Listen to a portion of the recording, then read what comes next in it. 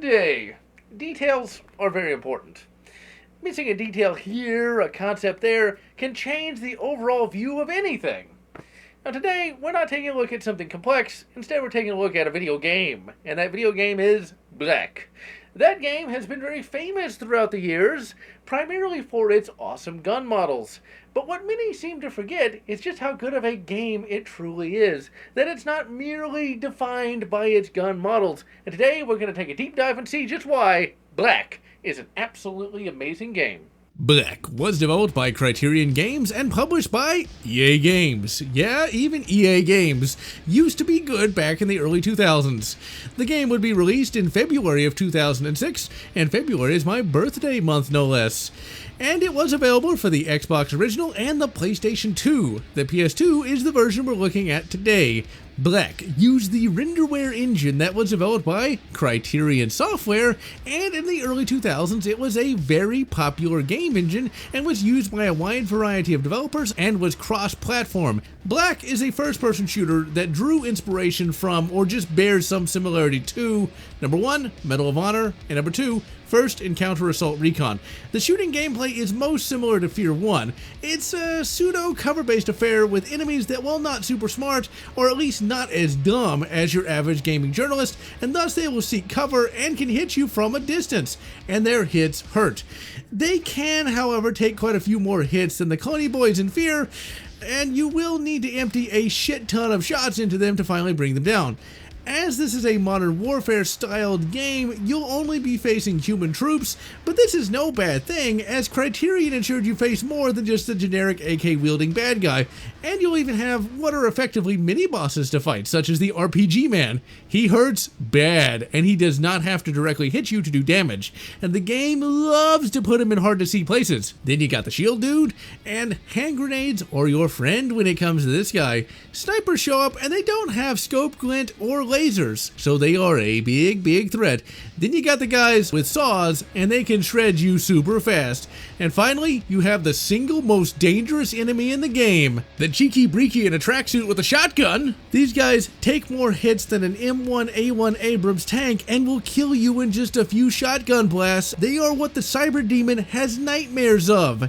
This game has a health system very similar to Fear. You have a health bar and you can carry 3 health kits on you at any one time. What sucks is at the beginning of each level, you'll have your health kits reduced to 0. Challenge everything indeed. Since this is a game from '06, you'll only be able to carry 2 weapons at any one time, but this is okay, since your main weapon will always be some flavor of select fire rifle or SMG. Your secondary will usually be a heavy weapon, such as an LMG, RPG, or SG. The shotguns are important in different parts of the game, as they are needed to blow open doors. You need to be on the lookout for them in certain areas. The game never forces you to take cover and never points out chest-high walls, but you will need to learn real fast that cover and concealment is your friend, as a single enemy can shred you if you're out of cover. If you're a particularly good gamer and can fully master the somewhat sloppy PS2 controls, you can pull off headshots, and the headshot is still a one-hit kill. But this is easier said than done, and even if you had a mouse injector for mouse controls, I still think that you would need high skill regardless. For gamers of average skill, cover will help make the game much more doable, as you will still need to pump a bunch of shots to take down the bastards, and the game will always throw a lot of bastards at you at any one time. Despite being from 2006, you don't have the ability to aim down sights. Instead, you will just zoom in a bit, which is fine and works well enough, and you will certainly want to keep the bastards at a distance. You also can't jump, which I never found to be that big of a disadvantage, but while you can't jump, you can crouch. The game evens up the odds a bit by giving you a lot of hand grenades, and they work alright, but I think the player character must have got wank arm or something, because he cannot throw for crap. The game also has flammable barrels all throughout the levels, so you can blow up particularly well-placed enemies. And man, when I was exploding these bastards into the stratosphere, I could only marvel at the epicness and say, damn, I love this game. Black uses Medal of Honor styled levels. You have huge and open but linear levels filled with objectives to complete, and plenty of enemies to blast. The game goes one step beyond and gives you a certain number of secondary objectives to complete, thus making the challenge even higher and giving you yet more stuff to do in a level, and thus this ensures that fights never get boring. The secondary objectives range from collecting certain items to blowing up certain things, and finally collecting certain weapons. The game gives a few tongue-in-cheek names to some of the intelligent items you can collect, such as a blueprint for a plasma rifle in the 40-watt range, and one of the secret documents you can find is labeled developers' addresses. Man, I miss the days when games had humor like this. You get a couple squad mates now and again, and these are Medal of Honor style as well. They show up infrequently and only die at scripted intervals, and they will be a big help in certain areas, and are a nice bonus. This is without a doubt a masterful FPS. You are always being excited by the battles, and you're always being kept on your toes, and the game never has any dead space. You are never forced into a cutscene or turret section, or any of those bloody boring walking segments. If you're a current year whippersnapper or a hyper-advanced moon man of the future, give this game a look and you will not be disappointed. With that in mind, when I first played this game on my PlayStation 2 in 2010, I was disappointed. Back in those days, I wasn't quite as good a gamer as I am today, and for whatever reason back then, I wouldn't bother to learn how a game was supposed to be played, and thus I played Black like Doom and Quake 2, aka running forward and blasting everything in sight. That is not how this game is supposed to be played, and thus the first two levels were a bloody slog. The game does not allow for quick saving, and the checkpoints are super distant from one another, and thus I never even finished the second level, and it wouldn't be until 2024 that I gave this game another chance, after I was inspired to review it by a fan. I went into this game expecting to be disappointed, but as I played it and passed those first two levels, I got more and more impressed, and by level 4, I was hooked. I played it every day I got off of work, and in no time at all I beat it and just had to get a review out, as this is kind of an unsung classic, as all anyone talks about are those sweet, sweet guns. I get it. The gun graphics are pretty great. They ain't accurate, but they'll blow your bloody mind in how well realized they are on the PlayStation 2 hardware. Yeah, PCSX2 is helping a little, but these gun graphics would have looked great on the actual hardware too. They're not true to life. They have mirrored receivers. In reality, the ejection ports would be on the right-hand side, unless they were special lefty models. The guns have 1913 rails slathered all over them, but no optics, lasers, or lights. I think the devs just thought they were like special bullet talismans or something. Still though, these gun models look great, and hell, when you reload your guns, the game lovingly focuses on them and blurs out the rest of the screen. They knew what they had there, but the rest of the game looks just as bloody good, and it really fits with the gun graphics. The coolest part of the game, and the bit that is hardly ever mentioned, is the destructible environments. You can blow through walls and blow up some small structures. This was really bloody impressive, and shows that, well, modern games might be all 200k, man. It's the rare game in 2024 that has this level of destructibility.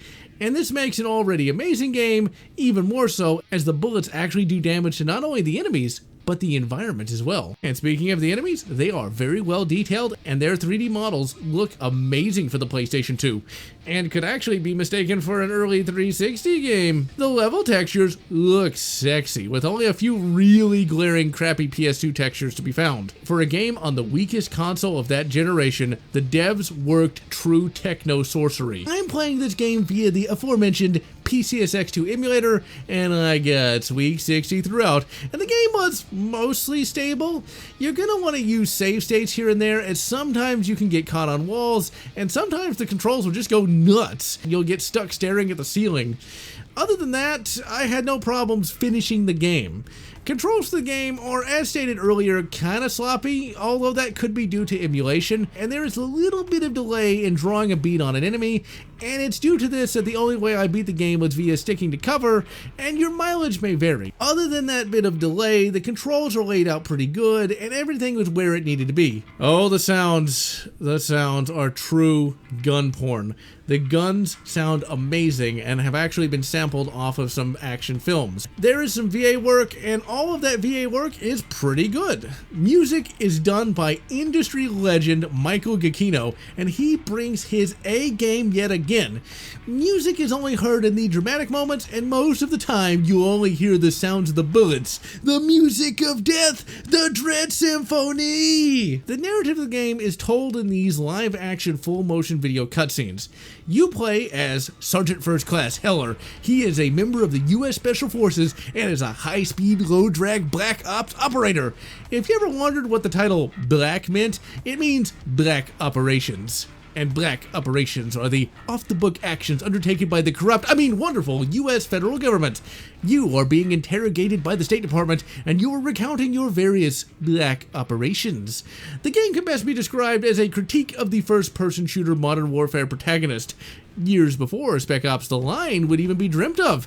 The game doesn't beat you over the head with the message, man, and instead lets you draw your own conclusions and never punishes the player for having fun, and in fact encourages the player to have fun. The moral gray area thing is kept to a minimum. Heller here is a member of a Black Ops team ordered to take down the ruthless and evil 7th Wave. By going through the game, you learn that Heller is a bit of a loose cannon that does not follow orders and sometimes screws things up, and if you pay attention, you figure out that Heller is not a good guy. He ain't evil, but at one point he talks about wanting to kill the villain so bad he can taste it. Black, upon release, was criticized for being a bit short. This is unfair, as a gamer with average skill can complete the game in about 5 hours. That seems short, but those cutscenes use audio-visual shorthand well and don't keep you from fighting for too long. So 99% of the runtime is pure first-person shooting action, which in my book is a good deal of content. Modern games can be longer, but they are super bloated with crap that keeps you from the fun. The first 2 levels of this game are a bit boring and are somewhat short compared to the rest of the game, but get through those first 2 and you'll be having one kick-ass time. My personal favorite level is the bridge one, as it's a huge level and the bridge looks amazing. You gotta fight saw guys, you gotta fight snipers, it's just a whole great package. The game does feature a sniping section and you get a Walther 2000. This sniping level is pretty bloody fun, as you have to actually aim at the enemy, and then afterwards you can find hidden sniper rifles, which make the combat even more fun. The plot takes a little time to get started, but eventually you learn you gotta take down Black Operator gone bad, Linux. There is no final boss fight, and some bastard that you shoot is supposed to be him, but in a sequel hook you learn that Linux is still out there, and you will be able to take him down in the next, no sequel. Maybe it's for the best, as I bet a sequel to this game would have been pretty garbage, considering that it would have had to come out after Call of Duty 4, and probably would have been a horrible cutscene fest with so many walking segments. Now, Criterion Games would leave EA after this game and would create a game called Body Count that is supposed to be Black's spiritual successor, and one day I will both play and review that game. Oh man, I gotta tell you, ladies and gentlemen, I have never been more pleasantly surprised by a game. If you picked this game up back in the day and weren't too impressed with it, I say pick it up again and see what you've been missing. And so, I am General Lotz, wishing you good Time Splitters 2 and good Time Splitters Future Perfect, or whatever makes you happy. If you enjoyed this video, please consider subscribing, and please consider leaving a like or a comment, as the algorithm desires your soul. And I want to thank all those fans who have supported this channel, both past and present.